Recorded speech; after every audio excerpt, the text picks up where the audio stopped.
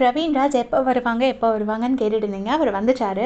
அவர் வரும்போது வினோதனா இங்கே இருந்துட்டு ஒரு ஜம்ப் பண்ணி போய் ஹக் பண்ணுறதுக்கு போகிறாரு. நேராக மேலே ஏறிட்டார். அவருக்கு மேலே ஏறிட்டார், பிரவீன் மேலேயே.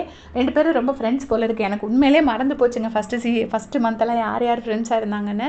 இப்படி ஏறிட்டாங்க. ஏறி அதுக்கப்புறமா வந்துட்டு உட்காத்தி வச்சு எல்லாரையும் பேசுகிறாரு.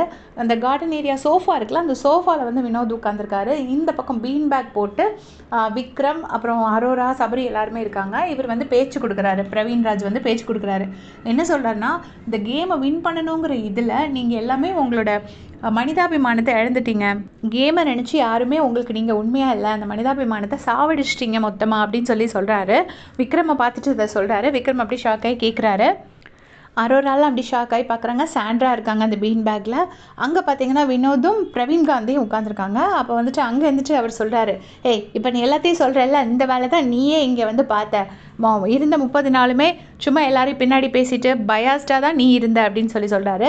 இவர் வந்துட்டு இப்படி நெஞ்சில் இப்படி கை வச்சு ஓகே என்ன வேணால் சொல்ல, நான் கேட்குறேங்கிற மாதிரி பிரவீன் வந்து நெஞ்சில் கை வச்சுட்டு அவருக்கு ரெஸ்பாண்ட் பண்ணுறாருங்க.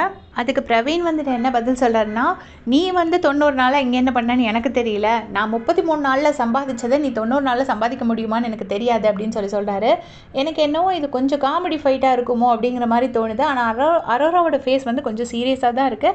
ஏன்னா இவங்க 2 பேரும் வந்தப்போ ஓடி போய் கட்டி பிடிச்சி மேலே ஏறினதை பார்த்தா 2 பேரும் க்ளோஸ் ஃப்ரெண்ட்ஸ்னு நினைக்கிறேன். ஸோ சும்மா ஃபன்னுக்கு சண்டை போட்டுட்டு அப்புறமா விட்டுருவாங்க அப்படின்னு நான் நினைக்கிறேன். ஏன்னா வந்து கண்டிப்பாக இவ்வளோ தூரம் பிரவீன்ராஜ் பேசுவாரான்னு எனக்கு தெரியல.